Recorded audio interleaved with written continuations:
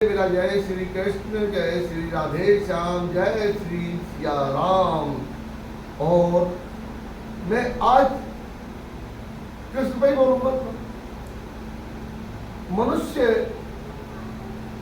इंद्रियों और आत्माओं की विशेषता नहीं समझता। इंद्रियां जहां ले जाती मनुष्य ले जाता है। आत्मा कभी बलपूर्वक अधिकार नहीं दिखाती है, इंद्रियां बलपूर्वक अधिकार दिखाती हैं। जैसे अब हमें करना क्या है अपने जीवन में, जैसे अर्जुन महारथी है रथ का और कृष्ण सारथी है। कृष्ण ब्रह्म है, अर्जुन जीव है। उसी प्रकार हमको अपनी आत्मा को इस जीवन नौका का सारथी बनाना पड़ेगा और खुद को महारथी बनाना पड़ेगा, तो हमारी नौका सही चलेगी और भव सागर से पार होगी। ये बात बहुत छोटी है, लेकिन इसको समझना उतना ही कठिन है। और एक बात छोटी सी और कहूंगा, सरल होना ही बहुत कठिन है इस संसार में।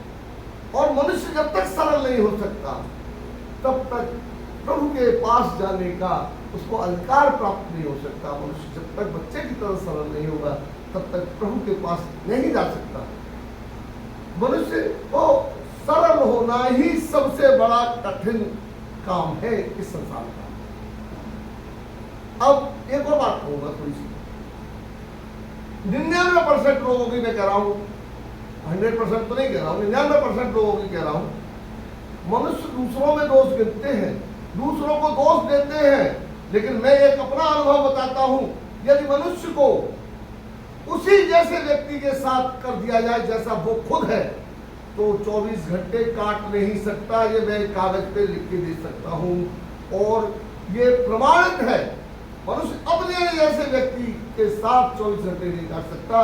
99% मनुष्य ऐसे हैं, लेकिन हम दोषारोपण दूसरे पर करते हैं। देखो, हर आदमी का अपना नजरिया अलग होता है। मैं क्या कह रहा हूं, सामने वाला सुनने वाला इसको किस नजरिए से ले रहा है, बस इतना फर्क हो जाता है। और देखो, एक और चीज ध्यान आ रही है।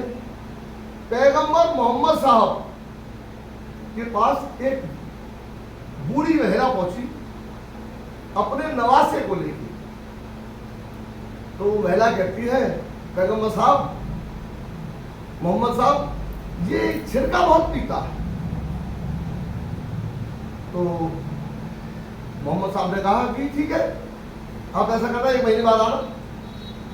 1 महीने बाद वो फिर दोबारा महिला लेके पहुंची। तो पैगंबर साहब कहते हैं कि अभी 1 महीने बाद आना।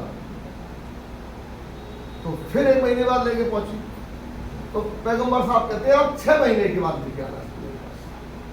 6 महीने के बाद जब उनके पास मोहम्मद साहब के पास वो बुढ़िया पहुंचती है, तो मोहम्मद साहब कहते हैं, बेटा छिड़का नुकसान देता है, ज्यादा पियोगे तो ये नुकसान देगा, इसलिए छिड़का मत किया। तो वो बुढ़िया कहती है, मोहम्मद साहब ये बात तो आप पहले ही बार में कह सकते थे इससे। तो मोहम्मद साहब ने कहा कि मैं खुद छिड़का पीता, जब मैंने खुद का छुड़ा लिया तब इस बच्चे को समझाया। इसी तरह से हम खुद की गलती खत्म करने के बाद दूसरे पे दोषारोपण करेंगे तो हमारा दोषारोपण करना महत्वपूर्ण है।